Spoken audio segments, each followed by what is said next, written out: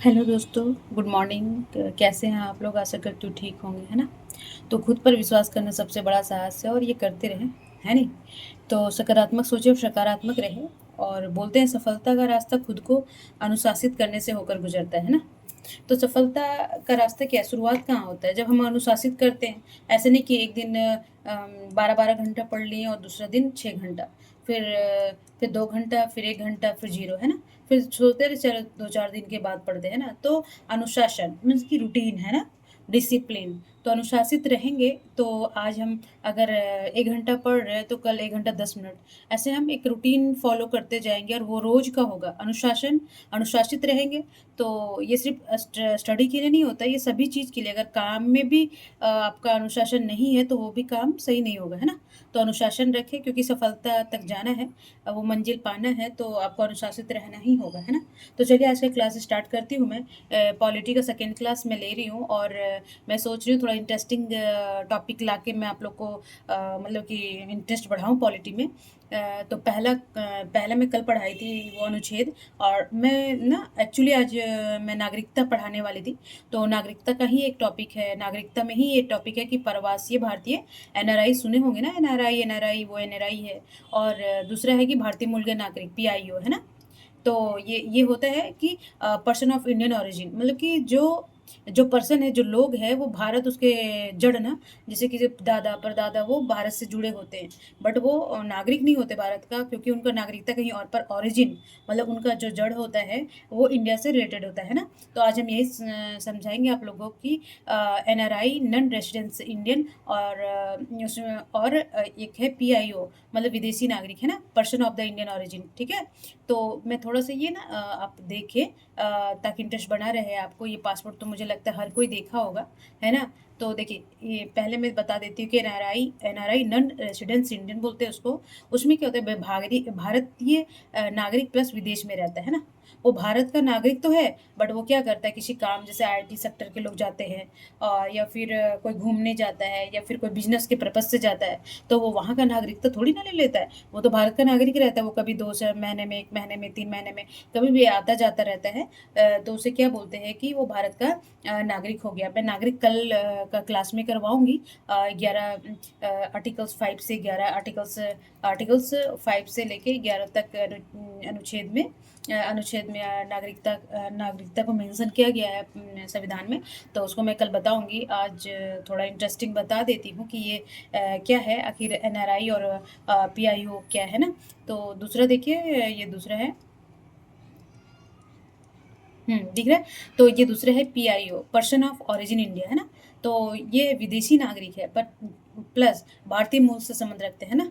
ये म ये ये है तो इनके जो जड़ है उनका, जैसे ऋषि सुनक थे ना, जो ब्रिटेन के प्रधानमंत्री, वो क्या थे? ये पीआईओ ही थे, पर्सन ऑफ इंडियन ओरिजिन, है ना? उनके दादा परदादा यहीं के रहने वाले थे, बट वो विदेश में मतलब कि पैदा हुए और वो वहीं की नागरिकता उनको मिला है। तो वो बट वो पीआईओ मतलब पर्सन ऑफ इंडियन ओरिजिन से ही रिलेटेड है।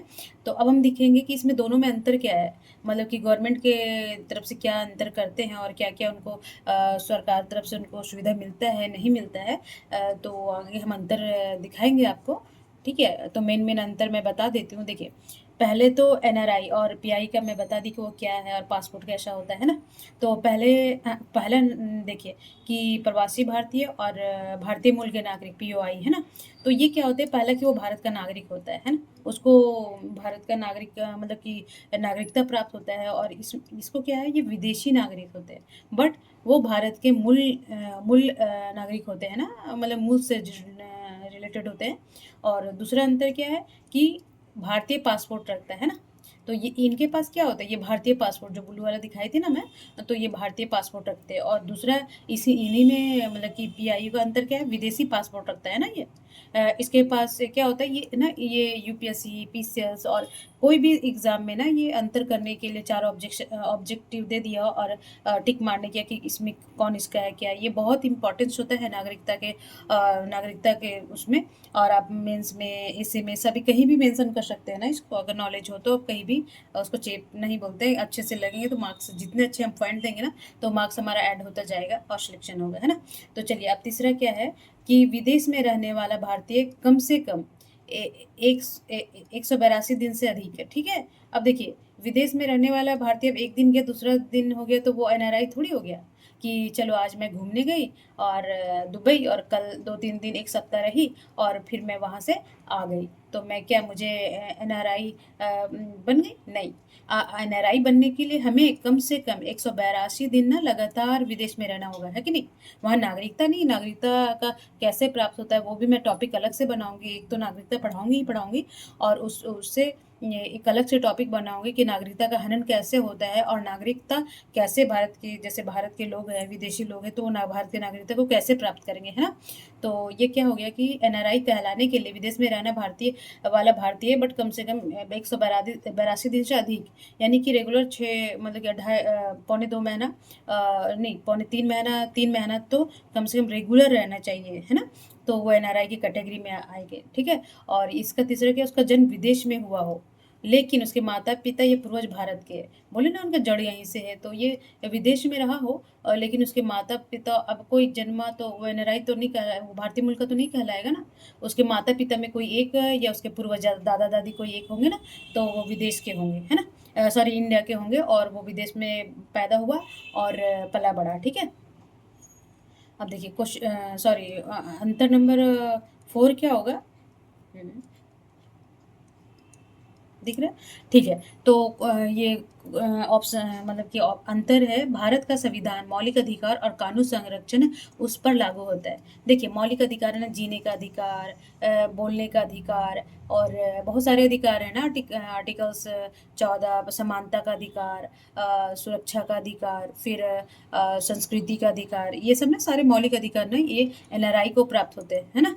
ये कहीं आके बोल सकते हैं, कहीं निवास कर सकते हैं, और कानूनी संरक्षण भी उन्हें प्राप्त, संहिता के अनुसार कानूनी, फिर आर्टिकल 132 के तहत, 226 के तहत इनको कानूनी अधिकार प्राप्त है। किंतु भारतीय संविधान के अधिकार लागू नहीं होते। जो भारतीय मूल के नागरिक होते हैं ना, सुने होंगे और हमेशा न्यूज़ में रहता है, जो भारतीय मूल के नागरिक होते हैं ना, उनको ये सब अधिकार नहीं, मौलिक अधिकार और कानूनी संरक्षण उन्हें नहीं प्राप्त होता, क्योंकि वो विदेशी हैं ना, सिर्फ भारतीय मूल के हैं, ठीक है। अब देखिए अंतर 5 क्या बोल रहा है कि भारत में मतदान कर सकता है और चुनाव लड़ सकता है ना। एनआरआई क्या करते हैं कि वो भारत में चुनाव लड़ सकते हैं, एमएलए का हो, एमपी का हो, क्योंकि इनको राइट्स है, ठीक है। और ये बहुत सारे क्वेश्चन में मतलब कि पीसीएस हो, आईएएस हो, कोई भी ऑब्जेक्टिव क्वेश्चन में पूछ सकता है कि एनआरआई भारत के मतदान चुनाव लड़ सकता है, हाँ या नहीं, या फिर चुनाव लड़ सकता है, लड़ नहीं सकता, इस तरह के क्वेश्चन बनाए जाते हैं। तो आप यहाँ अगर अंतर कर पाएंगे तो देखेंगे कि ये क्या कर सकते हैं, एनआरआई चुनाव लड़ सकते हैं ना। तो और इधर भारतीय मूल के या तो चुनाव लड़ने का अधिकार नहीं है, मतदान या चुनाव, ये मतदान नहीं कर सकते कि हाँ भारतीय मूल के। आप देखिए कहीं कहीं तो बहुत सारे देश में तो पूरा वो क्या बोलते हैं, एनआरआई भारतीय मूल के ही है, तो वो क्या ये वो कर सकते नहीं, है ना। तो उनको न चुनाव लड़ने का अधिकार है और न ही मतदान करने का अधिकार है ना।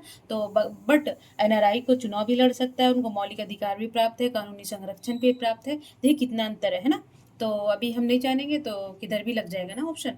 तो ठीक है, अब और खुद को जानने के लिए सिर्फ पढ़ने के वालों को नहीं, सबके लिए जानना जरूरी होता है ये सब तो। और 6 देखिए, सरकारी नौकरियों और संवैधानिक पदों के लिए पात्र होते हैं। अब देखिए मान लीजिए कोई पीसीएस का आ गया एग्जाम, रेलवे का आया, एनटीपीसी का आया, यूपीएससी का आया, तो एनआरआई क्या कर सकते हैं, ये भर सकते हैं ना, फॉर्म को भर सकते हैं और एग्जाम में क्वालिफाई होके ये जॉब को कर सकते हैं। बट सरकारी नौकरी और संवैधानिक पदों पर के लिए अयोग्य हैं, ये योग्य नहीं है भारतीय मूल के। जब तक कि भारत की नागरिकता नहीं ले लेते तो ये क्या है, ये अयोग्य है ना, यहाँ की सरकारी नौकरी और संवैधानिक पदों के लिए, है ना। अब देखिए 7 क्या बोल रहा है कि भारत में संपत्ति, कृषि भूमि सहित खरीद सकता है। एनआरआई क्या कहता है कि मान लीजिए कोई घर खरीद लिया, दिल्ली में खरीदना हो या कहीं भी, तो ये घर भी खरीद सकते हैं। मान लीजिए कि यूपी में कहीं या फिर झारखंड बिहार में कहीं जमीन खरीदना के लिए बहुत पैसा हो गया, बाहर कमा लिए, तो चलो कुछ कृषि भूमि रख देते हैं खरीद के, है ना, खेती वेती करने के लिए, तो ये खरीद सकते हैं। किंतु कृषि भूमि, बगान, फार्म हाउस खरीदने की अनुमति नहीं होती है। देखिए ये वेरी वेरी इंपॉर्टेंस होता है, ये पॉइंट 5, 6, 7 और 4 ये सभी हैं, बट ये तो ज़्यादा है, ये संभावना बहुत है कि इसको यूपीएससी में, पीसीएस में पूछे। तो भारत में संपत्ति, कृषि भूमि सहित खरीद सकता है, और ये क्या है, भूमि बगान के लिए भी नहीं खरीद सकता भाई, ठीक है। तो फार्म हाउस और खरीदने की अनुमति नहीं है, ठीक है। तो ये ध्यान रखिएगा। गंदा लगने लग गया ना सर, मैं मिटा देती हूँ। ओके, मैं जल्दी जल्दी मिटा देती हूँ, टाइम नहीं खाऊंगी आप लोग को, है ना। चलिए, हाँ, तो अभी मैं कलर चेंज कर लेती हूँ। ओके, हाँ, तो अब एट क्या अंतर है देखिए। एट क्या है कि भारत का आयकर कानून उस पर लागू होता है, वो टैक्स देगा भाई। अब इंडिया का नागरिक है, कमाएगा बहुत तो टैक्स भी देना पड़ेगा। क्योंकि ये सारा सरकारी सुविधा ले रहा है, मौलिक अधिकार उसके अंदर है, संवैधानिक पदों के लिए योग्य है, तो उनको आयकर भी चुकाना होगा ना। तो और यहाँ पे क्या है, भारतीय आयकर कानून सीधे नहीं लागू होता, इसका कोई रूल रेगुलेशन होता है। अभी इतना आप लोग को जानने की जरूरत नहीं है, इतना डीप में जाके नहीं पूछेगा, है ना। तो बट ये जान लीजिए कि वो आयकर कानून उस पर सीधे नहीं लागू होता है, ऐसे कि लागू नहीं होता, सीधे नहीं लेते, इसका भी कोई कैटेगरी होगा, है ना। तो अब चलिए, नैन क्या बोल रहा है, उसकी नागरिकता समाप्त नहीं होती जब तक वह किसी अन्य देश की नागरिकता ना ले ले। अब एनआरआई क्या है ना, कि देखिए मान लीजिए कि वो 182 दिन से अधिक विदेश में रहा, ठीक है, तो वो एनआरआई हो गया। अगर मान लीजिए कि वहाँ की नागरिकता ले, ऑटोमेटिक यहाँ का नागरिकता खत्म हो जाएगा, क्योंकि भारत में एकल नागरिकता है ना। एकल नागरिकता मीन्स कि या फिर आप विदेश का नागरिक बन जाए या फिर भारत का, ये नहीं कि अब यहाँ का मजा ले और यहाँ का, ऐसा नहीं है। यहाँ की नागरिकता की सुविधा भी ले और यहाँ का सुविधा ले, ऐसा नहीं है ना। तो या फिर भारत के नागरिक है तो यहाँ का नागरिकता नहीं करना पड़ेगा, आपको लेना नहीं पड़ेगा। अगर यहाँ की नागरिकता आप मिलता है आपको, तो यहाँ ऑटोमेटिक ना क्या होगा, खुद ब खुद ये खत्म हो जाएगा, है ना। तो या फिर एक भारत का नागरिकता एकल नागरिकता है, या फिर किसी यहाँ के व्यक्ति कहीं एक की नागरिकता हो जाए, दोनों देश के नागरिक नहीं हो सकते, है ना। तो और इधर पहले से ही अन्य देश की नागरिकता रखता है, ये तो ऑलरेडी दूसरे देश के नागरिक है ना। तो इसकी जरूरी नहीं है नागरिकता, ये तो भारत का नागरिकता, ये नागरिक है तो ऑलरेडी भारत के नागरिक नहीं है, श्री मूल्य है ना। तो अब देखिए 10वां क्या बोल रहा है कि प्रवासी भारतीय दिवस 9 जनवरी पर विशेष रूप से एनआरआई को सम्मानित किया जाता है, सम्मानित किया जाता है। तो एनआरआई देखिए, इसके पीछे ना बहुत बड़ा रीजन होता है कि एनआरआई को, क्योंकि देखिए ये हमारे देश के ना आय के एक स्रोत होते हैं, है ना। अभी देखिए एनआरआई जो केरल के नर्स गल्फ कंट्री में कितने हैं ना जो अपने सर्विस देते हैं। तो रेसिडेंस क्या बोलते हैं उसको, हिंदी में तो अजीब क्या बोलते हैं इसको, जो बाहर से आता है पैसा, रेमिटेंस ऐसे करके बोलते हैं। तो अभी भारत विश्व में ना सबसे ज़्यादा रेमिटेंस अर्न करने वाला देश बन गया है ना। तो देखिएगा गल्फ कंट्री में, फिर यूएई में सारे कितने नागरिक रहते हैं भारत के। तो वही बोलता है कि इसको सम्मान किया जाता है ताकि ये हमारे इकोनॉमिक्स में, आर्थिक गतिविधियों में, आर्थिक क्षेत्र में ये अपना योगदान दे। तो ये भी पर्पस होता है, और अपने देश के नाम के लिए ये कार्य करते हैं और नाम करते हैं विदेशों में जाके, इसके लिए भी सम्मानित किया जाता है। तो अभी मैं एक बात बता दूं कि 9 जनवरी को ही प्रवासी भारतीय दिवस क्यों मनाया जाता है। क्योंकि देखिए जो हमारे राष्ट्रपति पिता हैं महात्मा गांधी, वो 1915 में अफ्रीका से भारत आए थे, और उसके बाद यहाँ इनका स्वतंत्रता देश आज़ाद करने की जर्नी स्टार्ट हुई थी।